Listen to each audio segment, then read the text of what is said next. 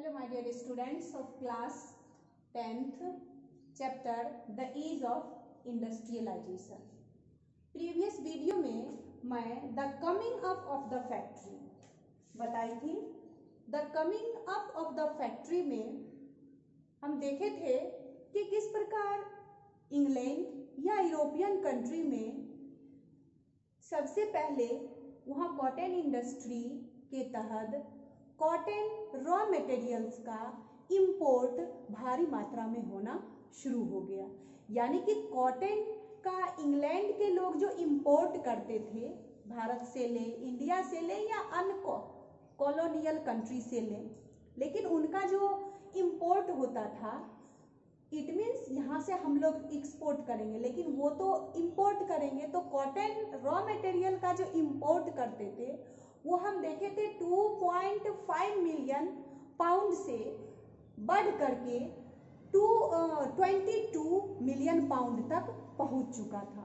तो इस प्रकार the coming up of the factory का जो ग्रोथ है वो बहुत ही रैपिडली तरीके से हम देखे थे।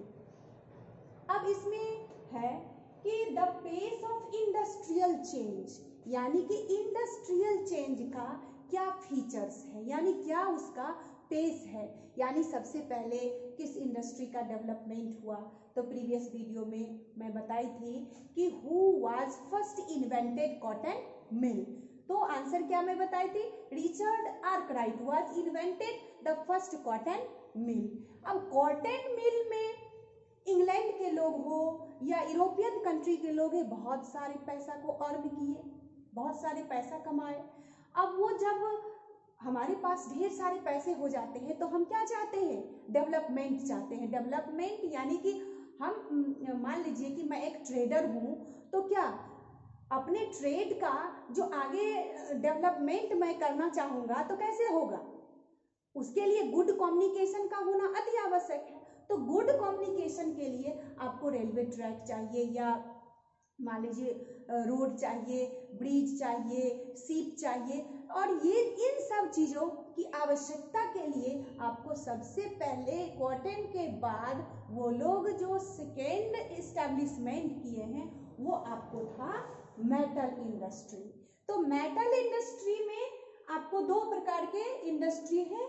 फर्स्ट इसमें आयरन एंड स्टील इंडस्ट्री। तो यानी कि कॉटन इंडस्ट्री में ये लोग पैसा कमाए हैं बहुत ज़्यादा, और कॉटन इंडस्ट्री के प्रॉफिट से ये लोग डेवलपमेंट चाह रहे थे। तो डेवलपमेंट ये लोग करना चाह रहे थे आयरन एंड स्टील इंडस्ट्री से। एग्जाम्पल के तौर पे आप देखेंगे कि आप रेलवे ट्रैक बिछाएंगे तो क्या हर एक काम वहाँ लकड़ी से तो नहीं हो जाएगा, वहाँ हर मात्रा में, यानी कि आपको आयरन एंड स्टील की जरूरत वहाँ पे पड़ेगी और बहुत अधिक मात्रा में जरूरत पड़ती है। तो इस प्रकार हम देखते हैं कि कॉटन इंडस्ट्री के बाद, यानी कि इंडस्ट्रियल चेंज में जो इंडस्ट्री आती है उसमें आपको है metal industry. Metal industry it means आपको आयरन एंड स्टील इंडस्ट्री। अब हम देखेंगे कि इसमें कभी लॉन्ग क्वेश्चन भी पूछा जाता है, कभी शॉर्ट क्वेश्चन भी पूछा जाता है। तो इसमें पूछा जाता है कि right the features of industrial change. Industrial change के फीचर्स क्या क्या हैं। आप निश्चित रूप से जब वीडियो देखें तो आप टेक्स्ट बुक को निश्चित रूप से लेकर के बैठे, और ये द पेस ऑफ इंडस्ट्रियल जो चेंज है ये पेज नंबर 107 से लेकर के 108 में दिया हुआ है, और निश्चित रूप से उसमें कुछ देखें और कुछ पढ़ें। इसमें 4 पॉइंट आपके बुक में ही दिए गए हैं, मैं उसको सॉर्ट करके बता रही हूँ।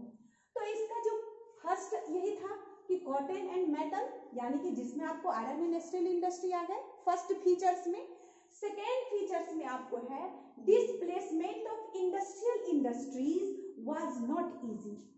अब इसमें समझेंगे कि ये जो आपका है ट्रेडिशनल इंडस्ट्रीज, अब ध्यान देंगे कि जब फैक्ट्री का इस्टेब्लिशमेंट हुआ तो फैक्ट्री के इस्टेब्लिशमेंट के पहले वहां पे ट्रेडिशनल इंडस्ट्री होंगे। तो क्या आपको लगता है कि जब ये फैक्ट्री का इस्टेब्लिशमेंट हुआ होगा तो क्या ट्रेडिशनल जो भी इंडस्ट्री थे क्या वो समाप्त हो गए होंगे? नहीं, इट मीन्स ट्रेडिशनल इंडस्ट्री को हटाना इतना इजी नहीं था. Most of the workforce was engaged in traditional industry. Example textile. यानी कि अभी भी इंडस्ट्री के आने के बाद भी most of the people were engage in textile में. यानी बहुत सारे लोग टेक्सटाइल यानी कि टेक्सटाइल जो कि आपको क्या कहें मैनुअल तरीके से बनता था, कुटीर उद्योग, तो उसमें ज्यादा से ज्यादा लोग लगे हुए थे. तो अब इसमें ज्यादा से ज्यादा वर्क फोर्स जब ट्रेडिशनल इंडस्ट्री में लगे हुए थे, तो मान लीजिए फैक्ट्री आई, फैक्ट्री के काम लोग सीखेंगे, उसमें जॉब मिलेगी, तब तक लोग जिसमें जो इंगेज थे उसमें इंगेज थे, वहां से वो लोग हटे नहीं थे. अब इसमें थर्ड जो फीचर्स है वो है traditional industries to have development. अब क्या है, फैक्ट्री तो आ गई, धीरे धीरे फैक्ट्री का भी डेवलपमेंट हो रहा है, लेकिन ये ट्रेडिशनल इंडस्ट्रीज का भी धीरे धीरे डेवलपमेंट हो रहा था. यानी कि दे वेर नॉट स्टैग्नेंट, यानी कि इनका जो डेवलपमेंट था वो रुका हुआ नहीं था. स्टैग्नेंट मीन्स रुका हुआ, यानी कि ट्रेडिशनल इंडस्ट्री का जो डेवलपमेंट था ये भी रुका नहीं था. छोटी छोटी वहाँ पे इनोवेशन, स्मॉल इनोवेशन देखे गए, जैसे कि फूड प्रोसेसिंग में या बिल्डिंग में या पॉटरी में, यानी जितने प्रकार के छोटे मोटे उद्योग थे उसमें स्मॉल इनोवेशन समय समय पर होते रहते थे, जिसके चलते ये ट्रेडिशनल इंडस्ट्री का जो डेवलपमेंट था वो स्टैग्नेंट नहीं था. एग्जाम्पल के रूप में मैं बताती हूँ कि जैसे कि फूड प्रोसेसिंग का है एग्जाम्पल ले लीजिए. जैसे फूड आइटम में किसी सामान को, जैसे कि कोई प्रोडक्ट आइटम, जस्ट मीट को ही ले ले, इसको एक जगह से दूसरी जगह, या फिश को ही आप ले लें, एक जगह से दूसरी जगह इसको सेल करना है, तो उसमें एक जगह से दूसरी जगह सेल करने में काफ़ी दिक्कतें होती थी, क्योंकि वो एक रॉ मटेरियल्स है. ज़्यादा दूर जाने के बाद वो रॉ मटेरियल्स क्या होती थी, खराब हो जाती, यानी फूड आइटम्स क्या होती थी, खराब हो जाती थी. तो स्मॉल इनोवेशंस के रूप में ये लोग क्या किए कि शिप में या जो भी उसमें ट्रांसपोर्टेशन के काम में जो भी उसमें व्हेल लगे हुए थे वो रेफ्रिजरेटर मतलब कर दिया गया, ताकि आप उस सामान को एक जगह से दूसरी जगह बहुत दूर तक ले जाने में भी वो फूड आइटम्स खराब नहीं होते थे. तो ये रेफ्रिजरेशन का जो काम हुआ ये जस्ट स्मॉल इनोवेशन के तहत किया गया. तो इसमें जो ट्रेडिशनल इंडस्ट्रीज थे तो इसमें भी छोटे मोटे इनोवेशन समय समय पर लोग करते गए, ताकि उसमें जो भी पीपुल या वर्क फोर्स लगे हुए थे वो उसमें से हटते नहीं थे, उनका भी काम बना हुआ था. अब हम देखेंगे कि जब यहाँ पे टेक्नोलॉजिकल चेंज आ चुके हैं, और ट्रेडिशनल इंडस्ट्री का डेवलपमेंट भी स्टैग्नेंट नहीं है, रुका हुआ नहीं है, तो क्या टेक्नोलॉजिकल चेंज अकर्ड स्लोली. यानी कि टेक्नोलॉजिकल चेंज क्या था, ये धीरे धीरे करके आगे बढ़ रही थी, रैपिडली आगे नहीं बढ़ रही थी, क्योंकि टेक्नोलॉजिकल चेंज को किसी भी मनुष्य को या किसी भी क्राफ्टमैन को धीरे धीरे सीखने के बाद ही वो आगे बढ़ती है.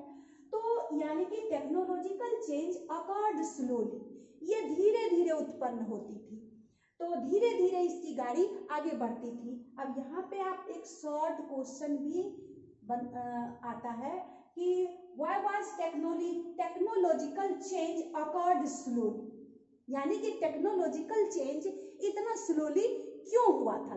मतलब जब बढ़ी टेक्नोलॉजिकल चेंज तो रैपिडली क्यों नहीं आगे बढ़ी. तो इसमें हम देखेंगे इसका जो काउज होता है, काउज है ड्यू टू एक्सपेंसिव, यानी कि जब नई नई टेक्नोलॉजी आती है तो वो थोड़ी एक्सपेंसिव होती है, और ट्रेडर और मर्चेंट के लिए ज़्यादा से ज़्यादा उसमें पूंजी लगाना भी वो समय समय पर उसको नहीं चाह रहे थे.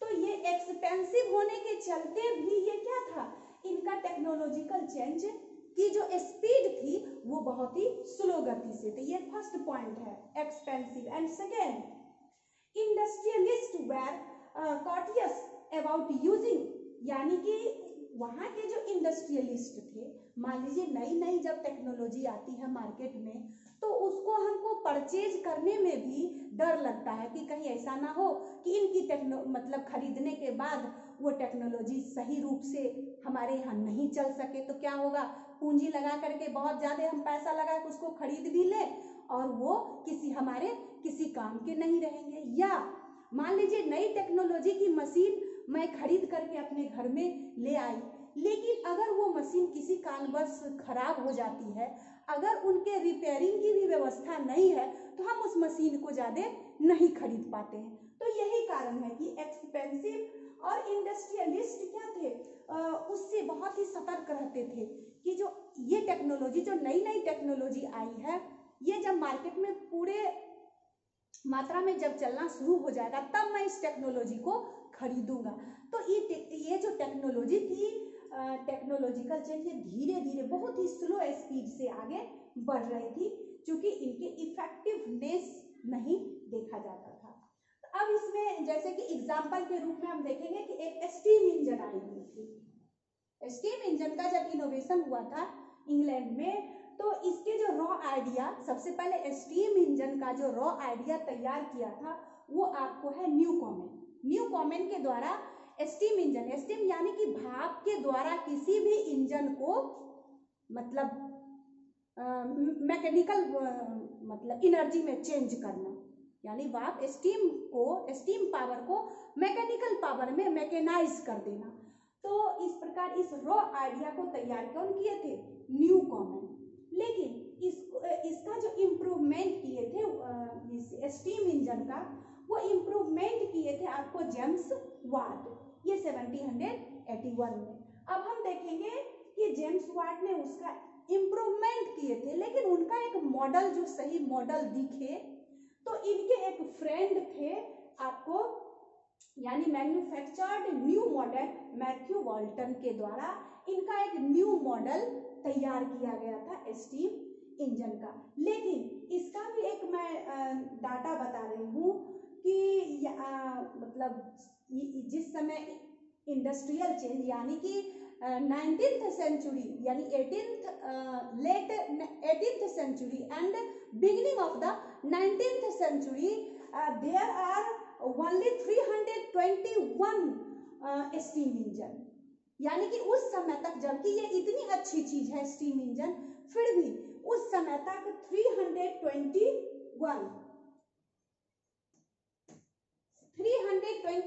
स्टीम इंजन ही उस समय तक इंग्लैंड में यानी यूरोपियन कंट्री में मौजूद थे। और 321 में भी 80 जो स्टीम इंजन लगे हुए थे वो आपको कॉटन इंडस्ट्री में लगे हुए थे।